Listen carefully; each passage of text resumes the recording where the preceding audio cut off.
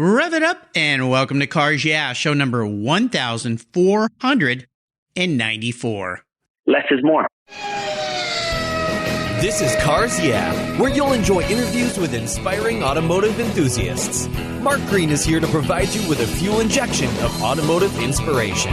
So get in, sit down, buckle up, and get ready for a wild ride here on Cars Yeah.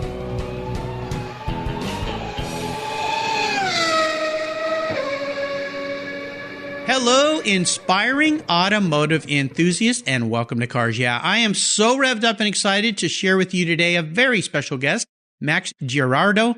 He's calling in from across the pond in London. Max Girardo is the founder of Girardo Company, where he and his talented team offer the most up-to-date and accurate market knowledge relating to the sourcing, selling, and valuation of classic cars. Working one-on-one with a growing list of loyal clients, he helps automotive enthusiasts and collectors source and sell vehicles, always matching the right car with the right enthusiast. Max works with a dynamic, experienced, and approachable team of professionals who work together to achieve successful results for buyers and sellers. As a market leader, they offer unique insights into the collector car industry, an array of resources that enable them to build trust with their new clients while extending long-term relationships with ambitious collectors. We'll be back in just a minute, but first a word from our valued sponsors that make Cars Yeah possible. We'll be right back. Hey, Cars Yeah, I'm a huge fan of Covercraft. I've protected my vehicles with their products for decades. Want to keep your vehicle's interior looking new? It's easy with Covercraft seat covers. They'll protect your seats from the daily abuse of pets, children, weekend adventures, and even those everyday spills. It's a fast, easy, and inexpensive way to keep your vehicle looking new. All Covercraft seat covers are easy on, easy off design that are machine washable. You can choose from many fabric options, colors, and accessories, all designed and carefully sewn for your special vehicles. Their seat gloves are semi-custom fit for cars and trucks, and their seat savers, a favorite of mine, are custom tailored to fit your seats like a glove. Work truck seat covers are tough, durable, denim weight fabric. It's like putting a pair of rugged jeans on your truck's seats. Want to stay warm? Covercraft also offers seat heaters.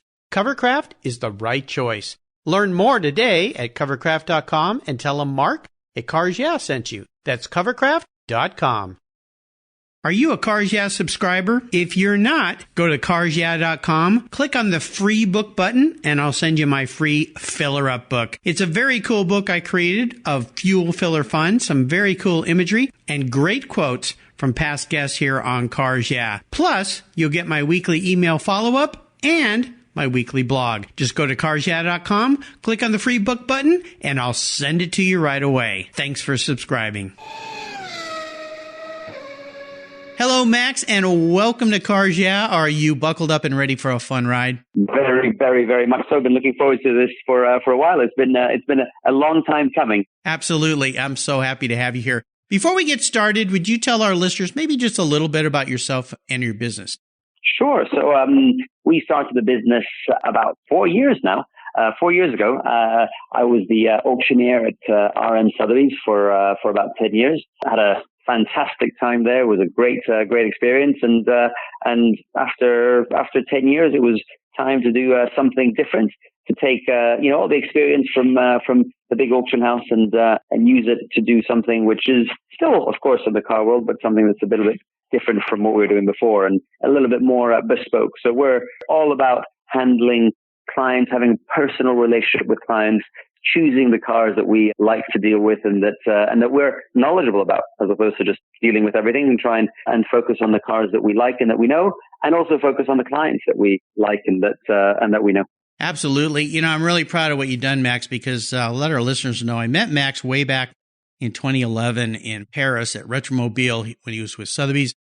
He was so kind to me, and we had such a fun time. And when I saw that he was launching his own business, I got really excited, because that's what Cars Yeah is all about, is entrepreneurs, people who venture out on their own. So congratulations on what you've done in 4 very short years. This is no easy task, and we'll touch that in a little bit. But first, would you tell our listeners maybe one little thing that most people don't know about you, Max? One little thing that most people don't know about me. Well, I would tell you that most people don't know that my first classic car that I ever had was or is a Volkswagen Beetle, and most people don't know that I still own that Volkswagen Beetle today.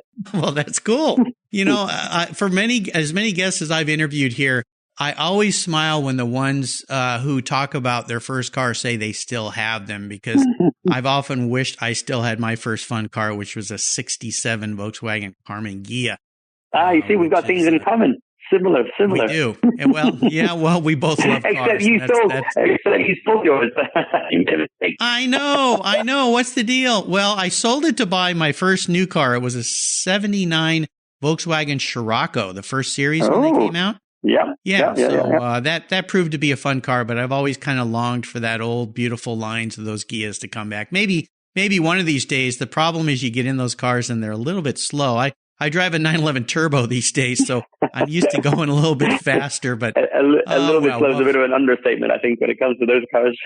But we love them anyway. Yeah, we do. Absolutely. Well, let's start by talking about a success quote or a mantra that you have in your life or perhaps in your business, some kind of saying that's instrumental in forming what you do every day. It's a nice way to get the inspirational tires spinning here on Cars Yeah. So, Max, take the wheel. Absolutely. So, I think, one of the things that one of the expressions that we're always throwing around in the office, one of the things that we're always saying is, it's quite simple. It's very short, but we always say less is more. Sometimes and often it's better, we think, to do less, but you do it better. So just 3 words, less is more. I love that. My father was an architect, and Mies van der Rohe, I believe, was coined with that, a great designer, about less is more. And I've always thought that way. The way my wife and I live, our house is very modern and we don't have a lot of knickknacks laying around. Everything's very clean and simple and uncluttered. And sometimes my kids' friends would come over and go, "Where's all your stuff?" My mom has like every little collectible everywhere, but I like that clean look, and I love less is more, probably why I love German sports cars like Porsche and so forth. But many times you don't need to clutter things up. Well, I would love for you to share and go a little bit deeper into your business. Let our listeners know exactly what you guys do for your clients, how you service clients. I know you just got back from Paris or Retromobile. Exactly right. And we've had an anniversary of when we first met. Well, there you go. Absolutely. Yeah. It's a little scary how long ago that was. Time is flying by, but kind of take a deep dive into your business. I really want you to share with our listeners who you are, what you do. So for those folks out there that might be looking for a car, looking to sell a car, they know where to go. Yeah, sure. We're based in London, in England. We have a small showroom in the centre of London at the moment. We've got about 6 or 7 cars downstairs. I'm actually sitting in between the cars right now. We've got a really nice sort of seating area so that our clients can come and have a coffee and sit around and hang out with in and amongst the cars. We buy, sell everything to do with classic cars. So we source cars for clients. Our clients are really from, I can say, they're all over the world, absolutely international. Be it America, be it all over Europe, Japan. We're in London because it's a central point. It's an easy place to get to, but it certainly doesn't mean that our clientele is based in London or in England. It's definitely a very, very international clientele from all over the world. What we really focus on is the cars and the histories. We're very passionate about researching cars, researching where they come from, putting together histories of each of the cars that we offer, where we really like to delve into the backstories of all the cars and to get to know our clients really well so that we can match up the right car to the right person and make sure that the clients have the car that they want or that they're missing in the collection. Sometimes clients will call and say, "What do you think I should have?" or which direction should we go in? Which is quite fun to have these discussions when you have 10 cars or 5 cars or 20 cars, 50 cars. What do you get next?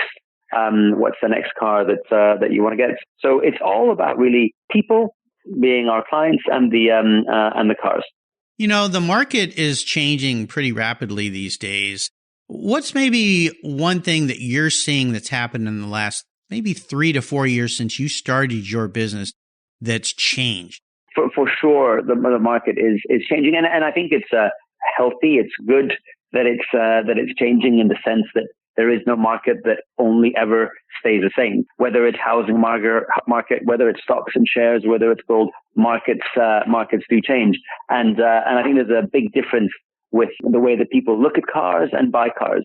3 or 4 years ago, even, we were really in a very bullish market. Prices were going up and things were moving a lot quicker, and I felt people sometimes were just buying cars because, I better buy one now because it's going to be more expensive in 6 months or 12 months or, in the future. Whereas now, prices aren't going up as much or aren't accelerating as quickly. So we're gone back to basics, which I think is great. People buying cars because that's the car I want to own and that's the car I'm going to enjoy driving, as opposed to get on the bandwagon because this car is going to go up in value. So there's a real difference in the way people choose their cars, and also the speed at which transactions happen now. People are think about the cars more and think about, is it the right one? Is this the one that I want? Because it's much less of a financial proposition. Well, I think this is a healthy thing, because when finances get into the mix of collector cars, it drives prices up, sometimes somewhat artificially, although it's real when you have to write the check. Yeah. But now it seems like people are buying what they really love and what they want. And also, of course, demographics are changing as us baby boomers. You're a young guy. I'm an older guy, but as us baby boomers get older. Did I say that I'm getting older? I think I did. And thankfully, I am. The alternative is pretty There we go. poor. Yeah, it's true. Actually, the alternative is not so good. Yeah. Not so good. Yeah. But the fact that our thoughts are changing, our lifestyle's changing, and how we want to use and enjoy these vehicles is changing as well. So I think it's a healthy move. It's a very healthy move. It's an exciting time. If you look back a little bit further, it's great. Things do change. If you look back a bit further, say 20 years ago, cars that are desirable now certainly weren't very sought after even 10 years ago. But now, even just eras of cars, 90s cars, people are paying more attention to 90s, 2000s, cars from the 2000s, where before they weren't really collector cars, or they didn't have that status. Whereas now they are. There's the younger, as you say, the younger generation.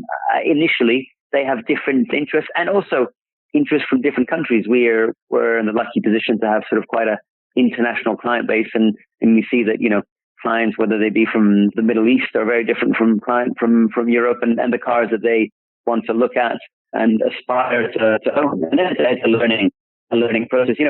It's funny. I was looking at a sort of a report, a book about auction sales from the 1970s, and in the early 70s, the most valuable car ever sold at auction, which I thought was really interesting, was a Rolls-Royce Silver Ghost from 1912. Now, a Rolls-Royce Silver Ghost is certainly not the most valuable car ever sold at auction. Now, obviously, we know it's a 250 GTO, but in 10 years' time, 20 years' time, maybe something will overtake that.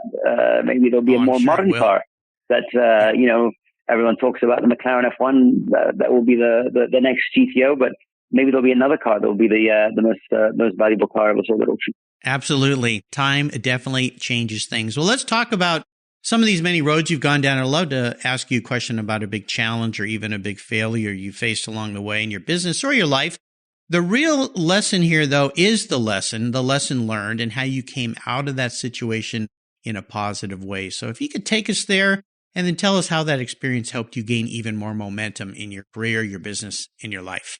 Yeah, actually, you mentioned, we were talking before, and you mentioned you lost your father about 3 years ago. 3 years ago, yes. Yeah, and interesting, I lost my father probably about 4 years ago, actually. Maybe 4.5 years ago. And it was actually quite a challenging time at the moment, but it sort of made me realize sort of things can happen. Nothing is forever. We spent a lot of time together. We did a lot of rallies together, and it was a very sort of a sudden thing. It happened from, spoke to him in the morning, and then in the evening it was gone, and quite difficult. But on the flip side, it's actually the time that it made me think. And I thought to myself, you know what? If there's things that you want to do or something that you've always wanted to do, now is the time to do it. He sort of gave me the impetus, the courage to actually then start this business. It was sort of almost like the little push that I needed to make myself realize that, you don't want to wait forever. Sometimes you just got to go do what you need to do.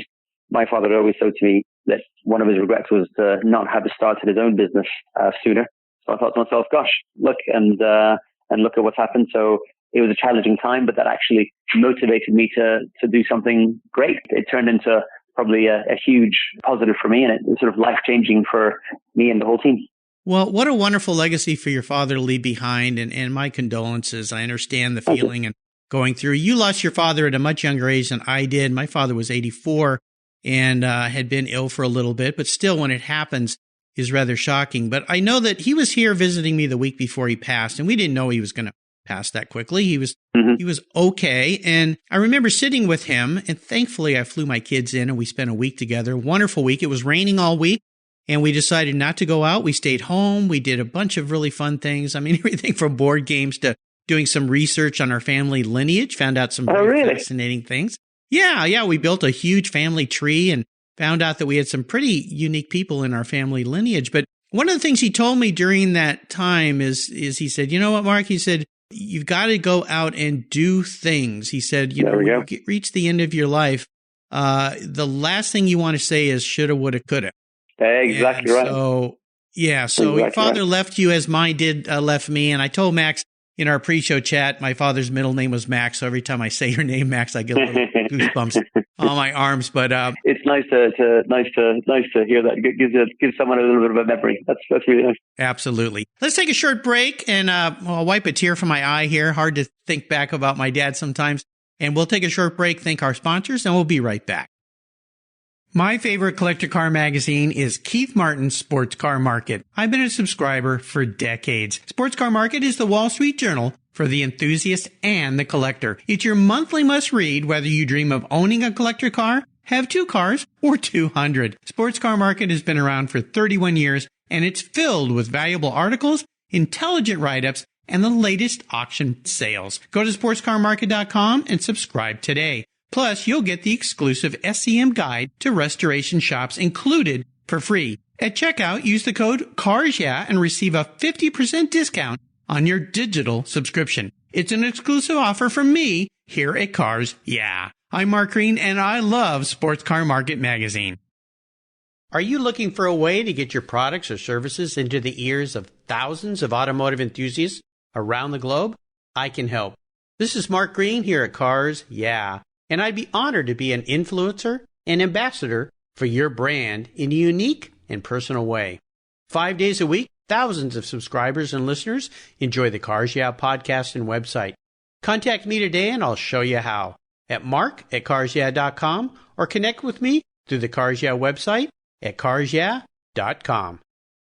If you're listening to Cars Yeah, you've probably spent some time working on your favorite ride. But how confident are you working on your finances? You may be able to rebuild a fuel injection system, but can you decipher the details of a mutual fund? If you're like me, investments, insurance, annuities, budgeting, and other financial concepts may seem a bit daunting, but what if I told you there's a book that describes these subjects and more in an easy-to-read and a very humorous way? My friend Chris Kimball, CFP, a longtime sponsor and past guest here on Cars Yeah, has written that book, and it's titled The Saga of Ike and Penny, a couple's humorous journey through the confusing world of finance. It's a fun look at things you need to know. Everything from investing to effective ways to get rid of credit card debt, and it's probably the only book on finance with a VMAX on the front cover and a classic Mini Cooper on the back. The book's available at Amazon for just $10, and this book will dramatically improve the direction of your financial future. I gave copies to each of my children. All securities are through Money Concepts Capital Corp. Christopher Kimball Financial Services is not affiliated with Money Concepts Capital Corp. Get your copy, The Saga of Ike and Penny, today.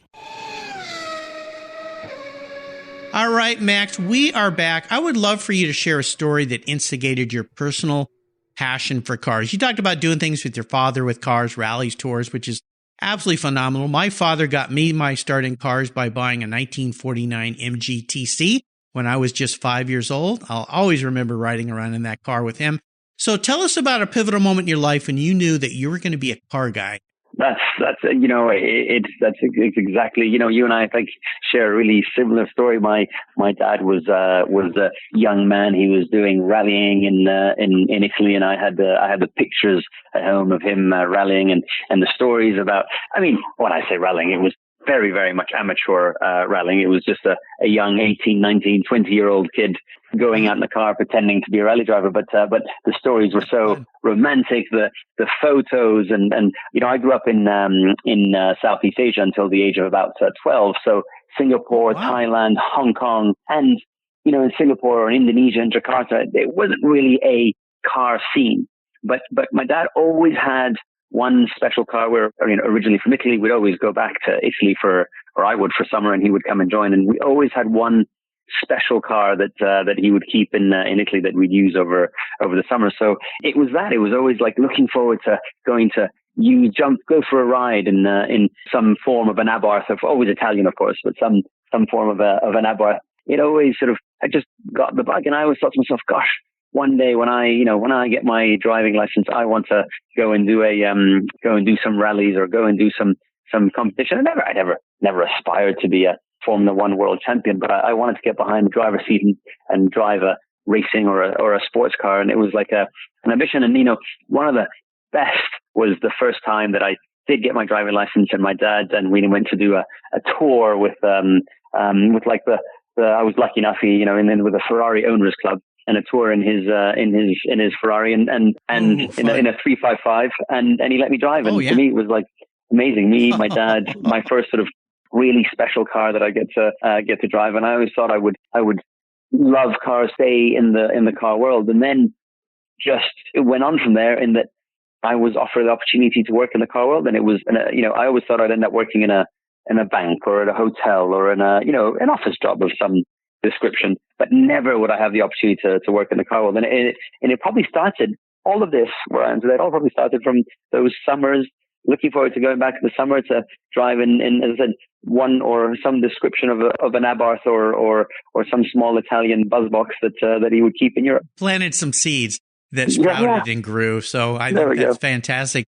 Well, let's talk about your first really special car. You mentioned earlier that Volkswagen, but maybe we talk about something that you got in your life that you went, man, always wanted this, is what I've always wanted. This is so cool. What was that? Maybe share a memory you have about that ride. One memory that I really, really sort of have so vivid is, and it's not a car I owned at all, but working in the car world, being lucky enough to drive a lot of cars, sell a lot of cars, source a lot of cars, and as probably in so many of the minds of classic car dealers, auctioneers, you all have this want or would like to one day sell a Ferrari 250 GTO, which I was super lucky to been involved and sold the car to quite sort of well known to Chris Evans. Oh yeah. I know that car. Yeah. So sold the car to Chris Evans, and he every year organized a charity event where he would take out 7 of his classic cars. And the year that he organized it, he said, Max, this year, let's say the GTO. I said, what do you mean? Like, it's 4 days of driving around England. And he's like, yeah, you drive. You take the GTO. We went to Fluxton. We did hot laps. I have to say, like, yes, owning my first car was amazing. When I bought my first rally car was amazing, and I didn't own it. It wasn't mine, of course, but to be handed the keys for a 250 GTO and for Chris to say, it's a car, drive it for the next 4 days. You follow on the tour or lead the tour out. It was such a memorable experience. It was, and the value goes completely out of your mind, but that's probably one of and it wasn't like a particularly special road. It's not like I was driving in, the Alps or the Grand Canyon but it was, it wasn't just a drive. It was living with the car, driving it every day for 4 days. I mean, Wow. Talk about a memory that I'll never, ever forget. So I think it trumps me buying my very special car that I, always wanted or always lusted for. It was quite something. Oh my God. Yeah. I can tell in your voice there. I can't even imagine that. I got tossed the keys to a SWB, 250 SWB. There we go. While at the Cavallino event. In fact, in one day, I got tossed the keys to 2 250 short wheelbase Ferraris. You had a waiting list, did you? People I had never met that just said, take it for a drive. And I'm Isn't just that like, are you kidding me? Yeah, this is the great thing about car people. Well, speaking of car people, I'm going to crawl into your head a little bit here, Max, and ask you a question I'll bet nobody's ever asked you. If you woke up tomorrow and you were a vehicle, not what you want to be, but how you perceive yourself manifested as a vehicle, what would Max be and why? That is definitely a question that no one has ever asked me. So I'm going to have to try and narrow it down here. So Okay. for sure, I'll tell you, I would be an Italian car, because I feel like my roots are in Italy. I know maybe I don't sound Italian, maybe I don't sort of look Italian, but for sure it'd be an Italian car. It would be, I'll try and refer to myself as young, but that's probably me trying to kid myself. I think from my side of the fence, Max, you're a young man. Yeah, So don't worry. thanks. Yeah. I will say young, I will say sporty, something that yet is sort of friendly to drive, in the sense that you're not intimidated to get behind the wheel. I mean, I feel like it sounds pretentious to say that I'd like to be like a short wheelbase. You just mentioned the short wheelbase. Yeah. But sort of would like to be, if you take the value side out of it, because it's Italian, it's beautiful, it's like a nice thing to look at. It's a friendly car, like anyone can get in it and drive it, and hopefully it's got a sporty side to it. So I don't want to, at the risk of sounding pretentious, I'd like to be like a short wheelbase in the car world. I like it. Although there's not 150 of me, there's only one of me. Well, that's okay. Yeah, there's only one of all of us. We're all pretty special, so I'll go with that one. I think that's a great answer. Well, we are entering what I call the last lap, a little bit of a lightning round here. I'm going to fire off a series of questions, ask you to give our listeners some quick blips of that 250 SWB throttle. So here we go. Would you share one of your personal habits that you believe has contributed to your many successes over the years? Exercise. The older I get, the more I like to focus on it, and I try and get out there. Certainly, I try to do every morning, but sometimes you fall off the wagon, as they say. But definitely, it focuses the mind. It keeps you de-stressed. It's key. You feel good. You can do more. That's what you got to do. Well, I'm going to use that as some inspiration. I could certainly use more exercise. So when I get up every morning, I'm going to say to myself, what would Max do right now? Yeah, there we go. Go exercise. Go exercise. Even if it's a little bit. No good if, just a little bit, a walk or something. Anything. How about if you could, it's important. How about if you could have a drink or a meal with anyone in the automotive industry, living or deceased? Who would it be? I always, and again, I keep harping it, but you'll see all my answers relate back to Italy. And I don't want to sound boring, and maybe everyone, but I always wonder, what was Enzo Ferrari really like? Everyone says he was intimidating. Everyone says, he was sort of scary and not particularly chatty. So it might not be a very interesting dinner, but not maybe like the most fun dinner. But I have to say, tell me who I'd love to have dinner with him, and just what was he really like? He really was a genius, but what was he really like? Right. Yeah. That would be fascinating for sure. Now, how about the best automotive advice you've ever received from somebody else when it comes to buying and selling collectible cars? A long time ago, probably when I was almost not even in the it's like the start of a story. Business. A long time ago. Long time ago. It was going to buy a new car, my sort of the first new car that I was going to buy, and what do you buy and what do you not buy, and do I buy a Honda, do I buy a Fiat? And a friend of mine who's not into cars really at all, so it's quite interesting to give you the best advice from someone who's not really into cars. But he said to me, who was just sitting around and said, I don't know what to do. What do you do? And he said to me, well, which one do you like? Which one is going to give you more satisfaction? And I sort of, in a weird way, I didn't realize at the time, but it sort of stuck with me. What do you like? And I think just over the years and over selling cars and cars getting more valuable and people buying, and some people making some great deals, and it's come back to me sort of in recent years, and I so often find myself saying to people, buy the one that you like. Don't like. Is it going to make you happy when you go and see it? Is it going to give you pleasure? Because if you buy the one that you like, you'll always be happy with it, and you'll never sell it unless someone obviously gives you sort of a ridiculous price. But it'll make you happier. So I never realized at the time when he said it, and then recently he's come back and it reminded me. And I thought, and it's something that I find myself saying to lots of other people, like don't buy what everyone else wants. Buy the one that you like, that's going to make you happy. Yeah, it's vitally important, and I'll tell listeners out here, I'm not a big-time collector buyer, but I've had a handful of what I call collector or toy cars over the years, one extra car to go out and have fun with, and every one of those cars I have made a lot of money on. either doubled or tripled the value. But I didn't buy them for that reason. I bought them because I loved them. And this is a trend that I keep seeing over and over again with my listeners and are my guests here on Cars Yeah, and also on my other podcast I do with Keith Martin, Buy, Sell, Hold, of which we're going to be having Max on, by the way, in the future, is buy the car you love, because if the market goes down and you're stuck with it, you don't want to be stuck with something you don't like and something you won't go out and drive. So it's excellent advice, and it really holds true this day and age.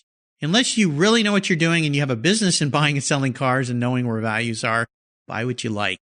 That's really and you know what? And even within our own business, we buy and sell cars, but I even find myself, we end up buying the ones that we like, you know, the ones that we know. So even when it comes down to business, it works better that way. Even for me, from a business side, I know more about them because I like them. I can sell them better. I can get the better ones because I like them, because I become more knowledgeable. And it's so much easier to talk to someone about something that you're passionate about and like. So instead of me, and, you know, it's not that I like all cars, but it's just, you know, nothing. I don't have anything against a 1904, you know, Clement Panhard, but I don't know much about it. I'm not as passionate about it. I'm much better at, you know, going to find a 60s sports car or a racing car from, you know, modern racing car, because I like them. So, Sure. it applies to not only to collecting, but to business. It's a simple rule, but one that people should really, really stick to. Apply your passion. How about a resource? Is there a resource that's a regular go-to for you that you think our listeners would enjoy? I found myself using that terrible resource. It's actually a very good resource, but they're called Google to look for information. But actually, I really make a point, and we have books. We got lots of books. We got a huge library, and there is something. Maybe it's not as fast. Maybe it's more, but there is something so romantic or so satisfying of flicking through a car book, which I feel like people don't do that enough. You just flick through, look at the pictures, and read the story, because you'll read about other cars on the way to finding out things that you want to know about your car. And I think that it's something that we tend to just enter things into Google to find out what's this or what's that. But yeah, do that. Of course, there is information on the internet, but nothing beats buying a book and reading about the car that you want to know, or finding the information. If you're lucky enough to have a library, I can tell you I'm sitting here surrounded by books and auction catalogs, because we really value them. Yeah, absolutely. Books are great. Well, nice segue to my next question here, Max. And that is there one book you would like to recommend that you've read, perhaps recently, that you think our listeners should crack open and read as well? You know, probably quite late, but we recently got Time in Two Seats. Oh my gosh. You know, and then probably too late. And I know that it's not like it's a new book, and I know that everyone's been talking about it for a long time. But I have to say, I can't even tell you that I've read it. I've been so enthralled by looking at all the pictures and it's something that you should have at home. It's insane. Yeah, it's expensive and it's insane. Yeah. I remember when that came out. Janos Wipfen, I believe. Wipfen, exactly right. Like, only because I looked at it just the other day. Yeah, and I remember when it came out and I bought it. And back then when it came out, I think it was like $200 or $300. And my wife goes, "What the hell? You're spending that much on a book?" But I said, this is an incredible resource. Now I believe that they're up to like $720 or something like that. Yeah, but they're marvelous resource, and it's just fascinating history. Yeah, I'm glad you mentioned that. It's like, am I going to read? I could read a bit of it, every week or every day, depending on how busy it is. But you just immerse yourself in the book and it.